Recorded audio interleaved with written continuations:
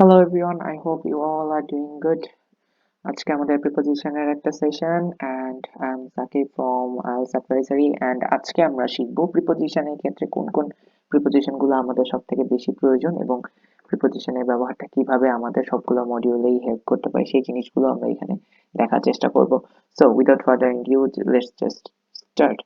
So সবথেকে common প্রিপোজিশনের problem যেটা in, on versus at, এই তিনটা জিনিসের মধ্যে আমাদের ম্যাক্সিমাম সবারই ছোটবেলায় অনেক বেশি প্রবলেম ছিল এবং স্টিল আমাদের অনেকের মধ্যে এই তিনটা জিনিসে এখনো প্রবলেম আছে। আমরা যদি রাইট সাইডের এই পিরামিডটাকে ফলো করি, আপসাইড ডাউন পিরামিড, এখান থেকে আমরা অনেক ভালোভাবে শিখতে পারবো। এই পিরামিডের মধ্যে যদি খেয়াল করেন, উপরের পার্টটা কি একটা ব্রডার বা অনেক বড় একটা এরিয়া কভার করতেছে, মাঝেরটা একটু কম, নিচেরটা একদম স্পেসিফিক। সো ইন দিয়ে সাধারণত টাইম এবং লোকেশনের ক্ষেত্রে ব্রড বা অনেক বড় এরিয়া বা বড় সময়কে বোঝায়। ইনের ক্ষেত্রে একটু কম সময়, মানে খুব বড়ও না খুব ছোটও না, এবং সব থেকে ছোট সব থেকে স্পেসিফিক সেটা হচ্ছে আমাদের অ্যাট।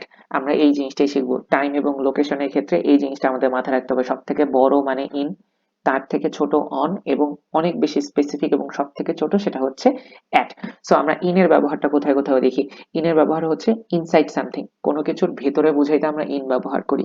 অনেক বড় টাইম পিরিয়ড বুঝাইতে আমরা ইনকে ব্যবহার করে থাকি, যেমন কোনো সাল, কোনো শতাব্দী, কোনো যুগ, তারপরে কি কোনো মাস, কোনো উইক, এই টাইপের পর্যন্ত আমাদের হচ্ছে ইন ব্যবহার করতে হয়। সো আমরা কোন পর্যন্ত ব্যবহার করব? উইক পর্যন্ত।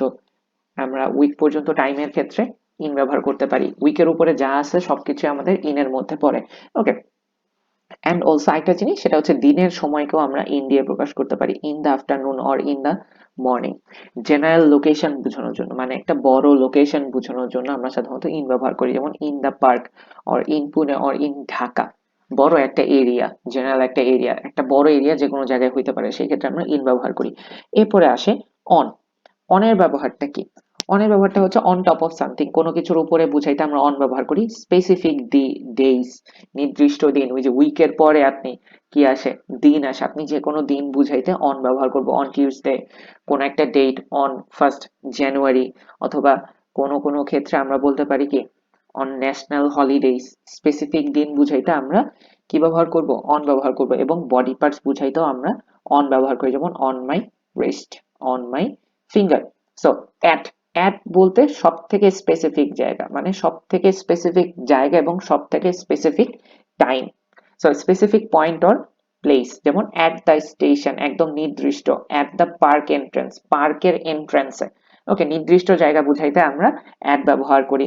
স্পেসিফিক টাইম বুঝাইতেও আমরা অ্যাট ব্যবহার করি, যেমন time at 3 p.m, at noon. Okay, specific event at the meeting, at the shoot. এখন যদি আমরা একটু চিন্তা করি যে ভাই আরো ইজিলি কিভাবে শিখবো, লোকেশনের ক্ষেত্রে চিন্তা করেন। ধরেন আপনি ঢাকাতে থাকেন,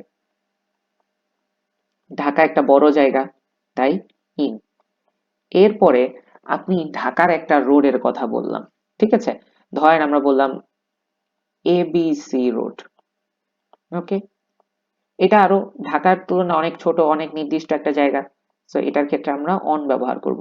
এরপরে আমরা আরো নির্দিষ্ট করলাম 17 ABC রোড, একদম নির্দিষ্ট হয়ে গেল। তখন আমরা কি ব্যবহার করব? তখন আমরা ব্যবহার করব অ্যাট। তার মানে কি, অ্যাট হচ্ছে সব থেকে নির্দিষ্ট, অন হচ্ছে তার থেকে একটু কম নির্দিষ্ট, এবং ইন হচ্ছে একদম ইন জেনারেল সেন্স বোঝানোর জন্য আমরা ব্যবহার করে থাকি। আই হোপ আপনারা ইন, অন, অ্যাট এর ব্যবহারটা বুঝতে পারছেন। সো এরপরে আসে হচ্ছে টাইমের ক্ষেত্রে আমাদের ফর এবং সিন্স।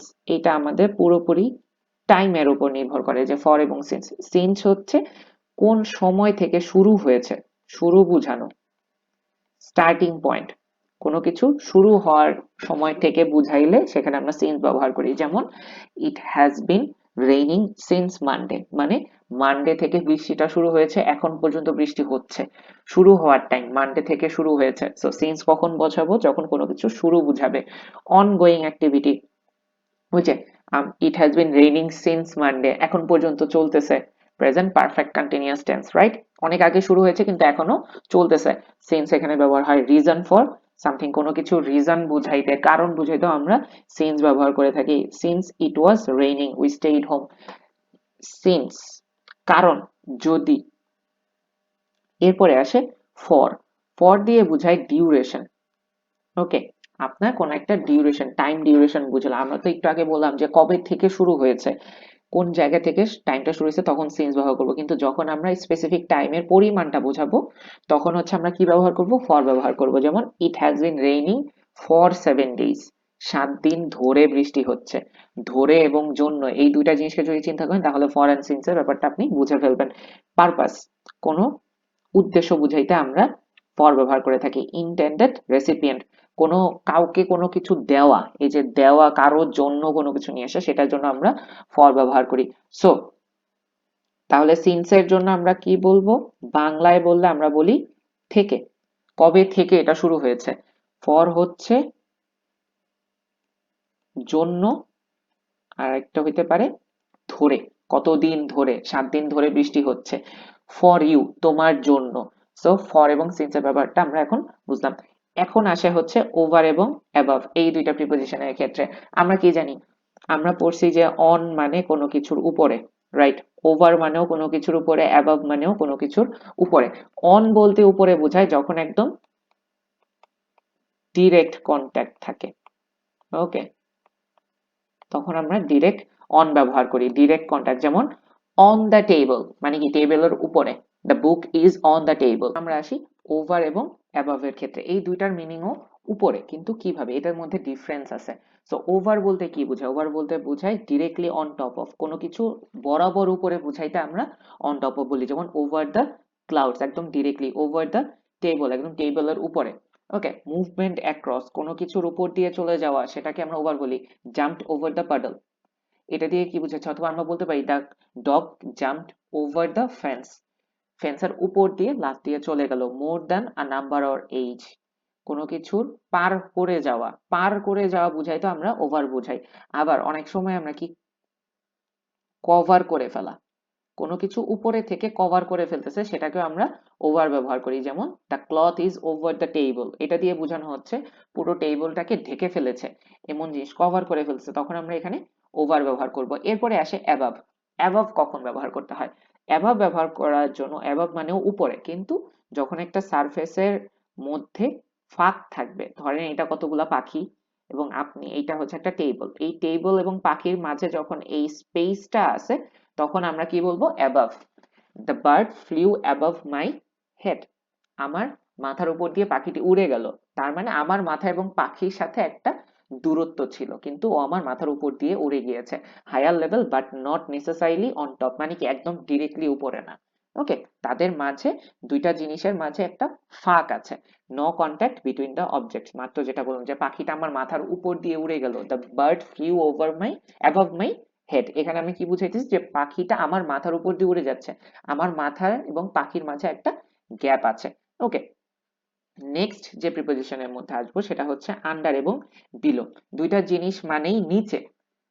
ওকে, বাট এই দুইটার মধ্যে কিছু ছোট ছোট সাটেল ডিফারেন্স আছে। সো আন্ডার বলতে কি বোঝাচ্ছে, ডিরেক্টলি বিলো, কোনো কিছুর একদম সরাসরি নিচে বুঝাইলে আমরা আন্ডার ব্যবহার করি। যেমন আন্ডার দ্য টেবল মানে কি টেবিলের নিচে, টেবিলের সারফেসের নিচে অবস্থিত। আন্ডার দ্য আমব্রেলা, আমব্রেলা নিচে, ছাতার নিচে দাঁড়িয়ে থাকা। Under the umbrella, lower status, কোনো কিছুর লোয়ার স্ট্যাটাস বোঝানোর জন্য আমরা আন্ডার ব্যবহার করি। যেমন under management, under pressure, under construction মানে কনস্ট্রাকশন এখনো চলতেছে। ওকে, কোন একটা প্রসেসের মধ্যে থাকা।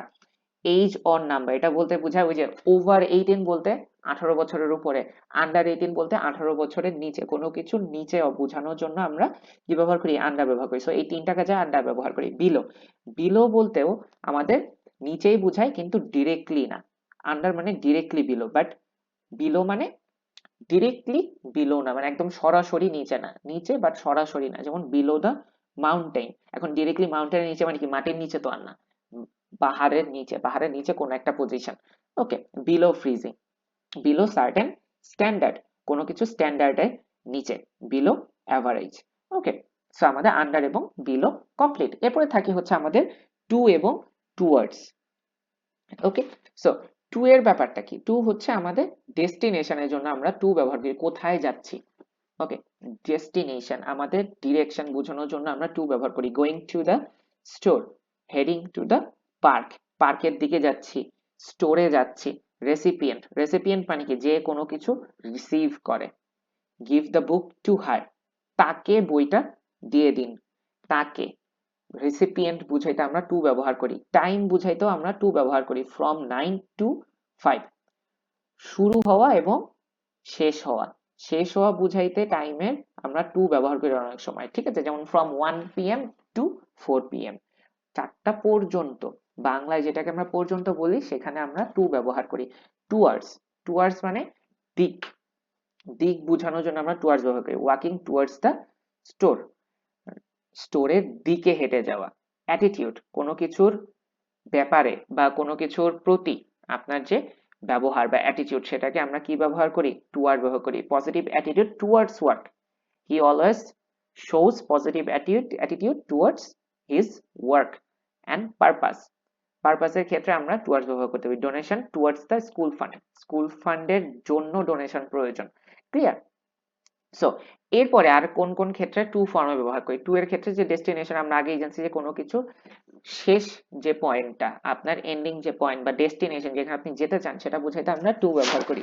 এবং ফ্রম কোথায় ব্যবহার করি? অরিজিন, যেখান থেকে শুরু হয়েছে, রাইট? টাইমের ক্ষেত্র আমরা একটু আগে দেখলাম না, ফ্রম 4 to 7, এটা দিয়ে কি বোঝাচ্ছে? 4টায় স্টার্ট হয়েছে, রাইট, আর 7টায় শেষ হয়েছে। সো ফ্রম কি স্টার্টিং পয়েন্ট, টু হচ্ছে এন্ডিং পয়েন্ট। এরপরে থাকে 4টা জিনিস, অ্যালং, অ্যাক্রস, অ্যারাউন্ড এবং থ্রু। অ্যালং মানে কি? অ্যালং মানে হচ্ছে, ধরেন এরকম একটা সোজা রাস্তা আছে, ওকে, আপনি এখানে দাঁড়ায় আছেন, আপনি এই রাস্তার দিকে সোজা হেঁটে যাচ্ছেন, রাস্তার সাথে, ওকে, কোনো কিছুর সাথে হেঁটে যাওয়া বা এগিয়ে যাওয়াকে আমরা বলি অ্যালং।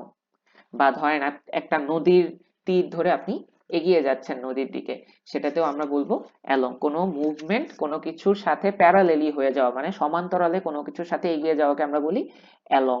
ওকে, ফলোস আ পাথ, কোনো পথকে যদি আপনি ফলো করেন, ড্রাইভ অ্যালং দ্য রোড, রাস্তা যেদিকে যাচ্ছে সেই দিকেই গাড়ি চালানো হচ্ছে, সো এটা রাস্তাকে ফলো করা। ওকে, এরপরে থাকে অ্যারাউন্ড। অ্যারাউন্ড বলতে কি বোঝায়? আমরা জানি অ্যারাউন্ড মানে কি, কোনো কিছুকে চারদিক, রাইট, অ্যারাউন্ড মানে চারদিকে। সো কোনো সার্কুলার মোশন বুঝাইলে, মানে কোনো কিছুর চারিদিকে যদি মুভ করা বোঝায়, সেটাকে আমরা কি বলি? অ্যারাউন্ড বলি। ওয়াকিং অ্যারাউন্ড দ্য ট্রি, গাছের চারদিকে হাঁটাহাঁটি করছে। লুকড অ্যারাউন্ড দ্য রুম, রুমের চারদিকে চোখ বুলিয়ে নিল বা দেখে নিল। অ্যাপ্রক্সিমেশন, অ্যাপ্রক্সিমেশন বুঝাইতে আমরা অ্যারাউন্ড ব্যবহার করি। অ্যাপ্রক্সিমেশন মানে কি? প্রায়, আমরা বলি না যে প্রায় 50 জন মানুষ উপস্থিত ছিল, around 50 people were present here, around প্রায় 50 জন। অ্যাপ্রক্সিমেশন বুঝাইতে আমরা কি ব্যবহার করি? অ্যারাউন্ড ব্যবহার করি। এবং ভ্যারিয়াস লোকেশনস বুঝাতেও আমরা অ্যারাউন্ড ব্যবহার করতে পারি, যেমন আই ট্রাভেলড অ্যারাউন্ড বান্দরবান, আমি বান্দরবানে বিভিন্ন জায়গায় ঘুরেছি। ওকে, নেক্সট থাকে অ্যাক্রস। অ্যাক্রসটা খুব মজার একটা জিনিস। ধরেন এরকম একটা রাস্তা আছে, আপনি এখানে দাঁড়ায় আছেন, আপনি রাস্তার অপোজিট পাশে যাবেন, এখানে একটা বক্স আছে যেটা আপনি দেখতে যাচ্ছেন। তো আপনি কি করলেন? রাস্তাটাকে পার হয়ে গেলেন। রাস্তা পার হয়ে যাওয়া বা কোনো কিছুকে পেরিয়ে যাওয়া বা কোনো কিছুর পার হয়ে অপর সাইডে চলে যাওয়া, সেটাকে আমরা বলি across. From one side to another, across the road or across the lake, মানে লেকের এক পাশ থেকে অপর পাশে চলে যাওয়া। আবার আরেকটা জিনিস বোঝায় অ্যাক্রস দিয়ে, সেটা হচ্ছে spread over a large area, অনেক বড় একটা এরিয়ার উপরে যদি কোনো কিছু ছড়িয়ে থাকে, সেটাকে আমরা অ্যাক্রস বলে থাকি। যেমন the news spread across the country, মানে কি পুরো কান্ট্রিতে নিউজটা ছড়িয়ে গিয়েছে। এরপরে থাকে থ্রু। থ্রু বলতে বোঝায় কোনো কিছুর ভিতর দিয়ে চলে যাওয়া, ভেদ করে চলে যাওয়া। যেমন হি ওয়াকড থ্রু দ্য রুম, সে রুমের ভেতর দিয়ে হেঁটে চলে গেল। Movement from one side to another within something enclosed, কোনো কিছু বন্ধ, বদ্ধ কোনো কিছুর মধ্য দিয়ে হেঁটে যাওয়াকে আমরা কি বলি? থ্রু বলি। যেমন হি ওয়াকড থ্রু দ্য গার্ডেন, সে গার্ডেনের ভেতর দিয়ে এক জায়গা থেকে আরেক পাশে চলে গেল। ওকে, পিরিয়ড অফ টাইম, পিরিয়ড বুঝাইতেও বুঝায় যে টাইমের একটা নির্দিষ্ট সময়ের মাঝে কোনো কাজ করা হয়েছে, কত সময় ধরে সেই জিনিসটা। যেমন ওয়ার্ক থ্রু দ্য নাইট, এটা দিয়ে বুঝাচ্ছে সারা রাত কাজ করেছে। ওকে, মেথড ওর মিনস, কোনো কিছুর মাধ্যম। মিডিয়াম বুঝাইতে আমরা কি করি? এই থ্রু কে ব্যবহার করি কোনো কিছুর মাধ্যম বুঝাইতে। ওকে, যেমন হি সাকসিডেড থ্রু হার্ড ওয়ার্ক, সে হার্ড ওয়ার্কের মাধ্যমে সাকসেসফুল হয়েছে। এরপরে থাকে বিটুইন। ডিস্টিংক্ট এন্টিটিস, দুইটা জিনিসের মধ্যে। তুলনা করা বুঝালে আমরা সবসময় ব্যবহার করি কি, বিটুইন, দুইটা জিনিসের মধ্যে, রাইট? এরপরে থাকে দুইটা জিনিসের মধ্যেও বুঝাইতেছে, বাট দুইটার বেশি জিনিসের মধ্যেও বুঝাইতে পারে, সেই ক্ষেত্রে যেখানে আপনাকে একটা সাইডে সিঙ্গেল থাকবে, আরেক পাশে মাল্টিপল থাকতে পারে। এরপরে থাকে অ্যামাং। অ্যামাং আর বিটুইন এর মধ্যে ডিফারেন্স হচ্ছে, একটা দুইজনের মধ্যে বোঝায়, আরেকটা হচ্ছে বেশি মানুষের মধ্যে বা বেশি জিনিসের মধ্যে বোঝায়। এরপরে থাকে অ্যামিড। অ্যামিড বলতে বোঝায় কোনো সিচুয়েশনের মাঝে। ওকে, কোনো সিচুয়েশনের মধ্যে বুঝাইতে আমরা কি ব্যবহার করি, অ্যামিড। মানে ধরুন কোন একটা কাজ করতেছেন, সেই কাজ করার সময় আপনি কোন একটা সিচুয়েশনের মাঝে ফেসে গেছেন, সেটাকে বোঝায় অ্যামিড। যেমন অ্যামিড দ্য কনফিউশন।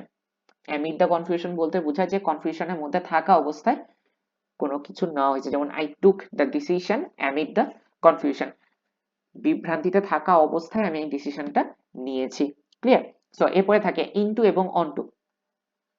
এটা খুব সিলি একটা ডিফারেন্স, বাট আমরা দেখে রাখি। Into, movement from outside to inside.